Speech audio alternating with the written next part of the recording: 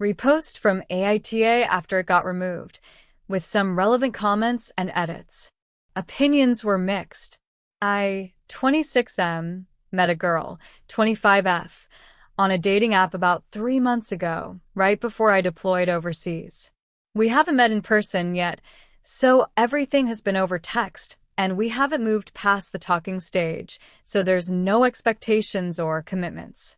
The first couple weeks we sent 5 or 6 messages a day, and then it fizzled into about once a day, sometimes less. These texts have actual substance, not just haha okame or lol. There's multiple long paragraphs each time, and minor flirting, so I don't get the feeling like she doesn't like me, and this is just an attention thing. I didn't reply for about 2 weeks in December, and she messaged me asking why, so I told her that the lack of texting made me think she wasn't into me.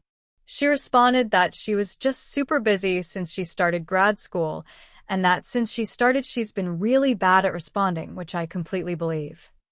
I'm coming back in about 2 weeks, but I'm considering telling her I don't want to continue things, but I would feel like I just wasted the last 3 months of her life, especially since I'm so close to coming back and her not texting me back would no longer be an issue. Normally, I don't text a lot either, but certainly more than once a day. But I just don't really like the feeling of being ignored.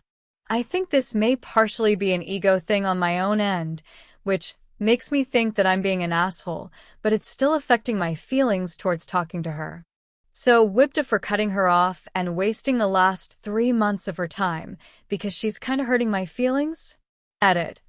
I think this wasn't clear.